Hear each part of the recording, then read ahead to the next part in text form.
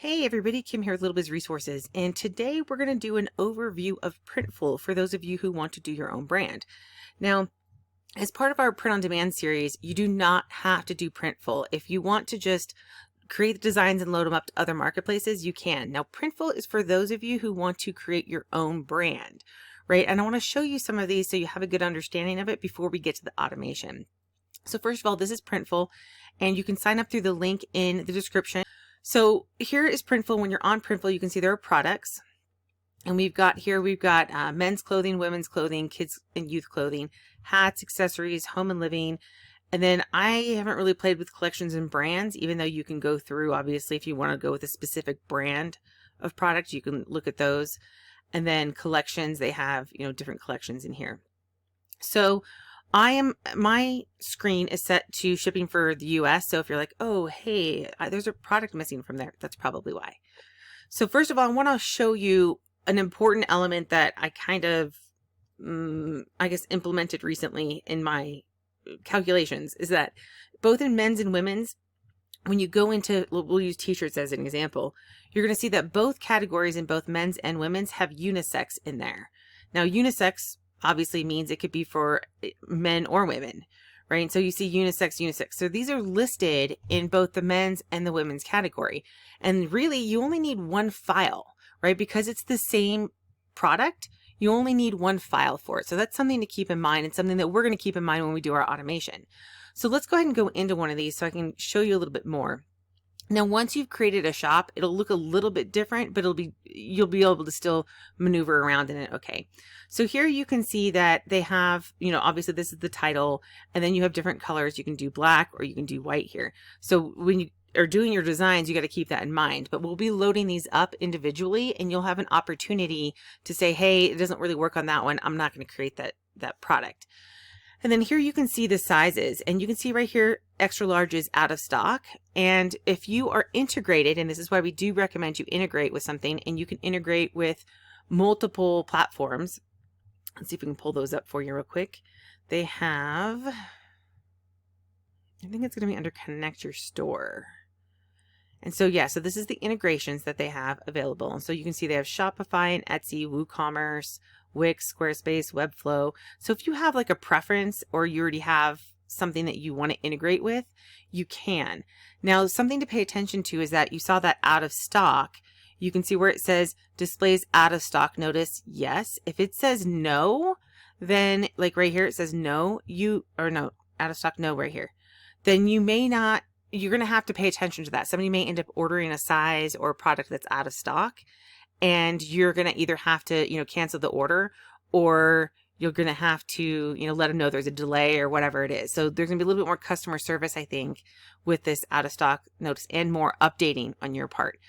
So I like this yes, because it should push that a specific product is out of stock then.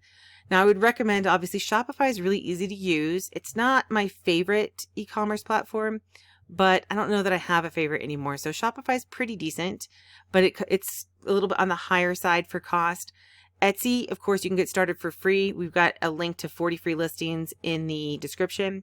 Then you've got WooCommerce is a pretty good one too, and that's based on WordPress. So WooCommerce is a plugin on WordPress. So you could easily get started with WooCommerce if you wanted to instead of Shopify, or you can get started on Etsy and not have to worry about your own store. So again, I like these where it says displays out of stock notice, because of the fact that you get the opportunity to show people that it's out of stock, right? So then once you have your shop decided, then you can push products over. And so now let's look at some products in a little bit more detail. So I'm going to go to t-shirts. Now there are two different types of products that we've talked about, and I just want to do a recap. They have on here what they call direct to garment, and then all over. Okay. And they're different print types. So I'm going to show you, we'll show you specifically a men's, and then I'll show you an all over. So men's, loading. You can see that there's all the sizes here, and then there's all these different colors. So again, you may have a design. If you make a red design, it may not go very good on red, right? But when you're loading it up, you'll get a chance to select that. So when you scroll down here, you'll see that you have customization options. As DTG means direct to garment print, right? And then embroidery, which we're not going to deal with embroidery because it requires a specific type of file, and that's a little bit beyond what we want to go over. So here you can see the description, shipping, and they'll tell you the shipping, and they'll tell you, if it's going to be going to specific countries. I have it set to United States.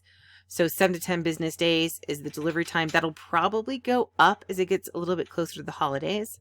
And then they tell you the cost of the shipping. This is your cost to have it shipped, right? And ideally you either pass that through or include it in the pricing when you price it.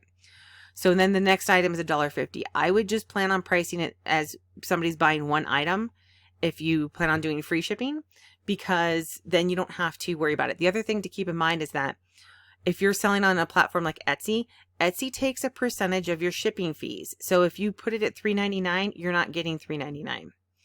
So we'll talk more about that when we talk about Etsy, but I wanted to just make you aware of that. And then here's the file guidelines. Now you can get the specific template right here. So this is a zip file, and I believe they usually have, we'll just look and see what they have in it. So this is the outside label, and the outside label is important.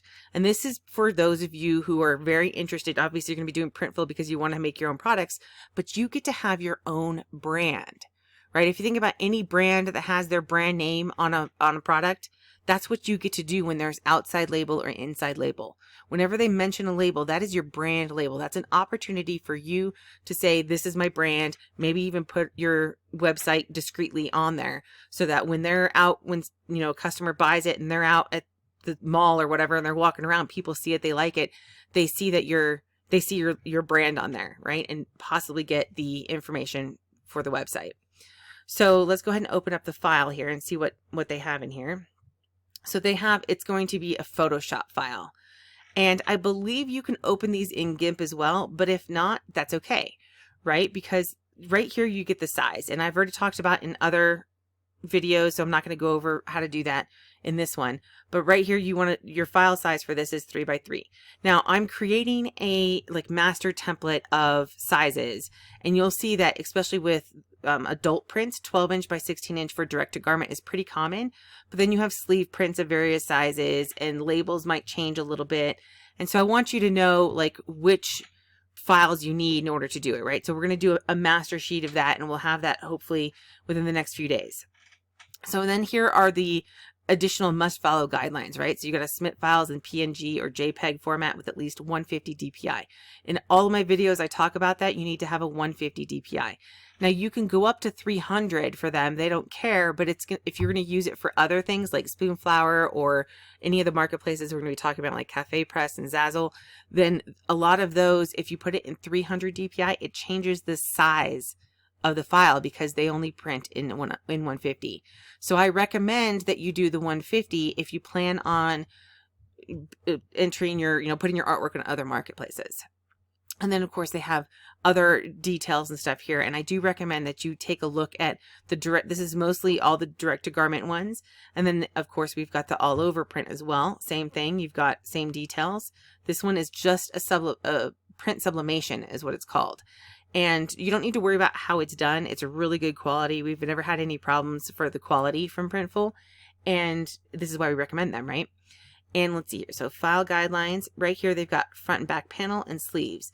Now for all over prints, I'm gonna go ahead and download this template. For all over prints, you do not have to have a repeating design. I encourage it because if you don't do a repeating design, then you can't automate the way we've been talking about doing. And the reason why, and let me show you they have some templates in here. So they have it in all, so these are the different sizes. So they have a PNG and a PSD, right? So let's go ahead and pull up a PNG. So this one is of the back. And so you'll see that this is the guide, right? So cut and sew t-shirt back. So they have here where it's this entire, they want you to do this entire thing and turn off the instructions and everything else. And obviously you'll be bringing the PNG into something like GIMP or Photoshop. But if you go into a Photoshop file, which I'll go ahead and open this, and then we'll take a look at it. Okay, so this kind of helps explain the the file. So you have your file size would be like this whole thing, right? So they're going to have the collar in here, and then here's the shirt. So if you do a repeating one, it doesn't matter. It's going to repeat, and yeah, you're going to have it not be perfect on the seams and everything, but that's the way repeating files work. Now, if you're like, hey, I want to have like a specific design, then you would have to come in here and make sure that whatever you wanted was to be in this area. Okay, and not too close to the edges, and because they're going to cut and sew, but they want you to print the whole thing, and this is a safe print area right here is where they're going to keep that fairly consistent. So if you wanted like words on it and then have a design around it, this is why you'd have to do each one individually. And so with automation, if we're using repeating files, if we're repeating designs, then we don't have to worry about that, because we don't need to look at these templates or anything. We're just going to put the repeat into the right size, which again is right here. Right here's the sizes. We're going to have it repeat those sizes, and then when it comes time, we're just going to load those files up. Right? So that's what makes repeating files so easy to use for automation. And if you are like, hey, I want to make every single product unique and special and have a specific design on it, you're going to have to go one by one. So before we jump into automation, I want to make sure that that was clear on how this is working and why we're doing it that way. Now, I think we're going to be able to automate direct to garment, but it's just a matter of resizing. So I have to test that and see. And once I get all the file sizes down, I'll be able to tell you a little bit better. And of course, we'll be looking at other marketplaces as well and how to continue to automate that in addition to it. So that's the difference between the all over print and the direct to garment. And for the most part, those are the two we're working with. We're not going to be doing embroidery. There's like one sublimation file I found so far that is obviously like the all over, but it's not a cut and sew. And so that's why it's a little bit different, but it's the same type of thing. We still need to create the file and we'll test it out. And again, when you come in here, let's say that you wanted to do, let's go to women's, because I think I have a design I can load up for that. Where am I? Women's product, women's, there we go. And we're going to do leggings. Well, and actually, let me go ahead and find the file and I'll be back. Boom, boom. I've been watching Heroes. That was a space and time continuum flash, right? All right. So this one is, it was actually, the file I have is for the print youth leggings, the easy one I could find real quick. So this will be very similar to the way it is once you have a shop, but I just want to give you kind of a general idea. Of course, you've got your size guide and everything, but let's say we're going to start designing. And here you want to, they have choose a file. So it's really simple. You just follow the instructions, right? So we're going to upload. And I'm not going to make you sick. So we're going to pull. Okay, we've got that one coming in, possibly. Okay, yeah, it must be thinking. And then you just let it load up.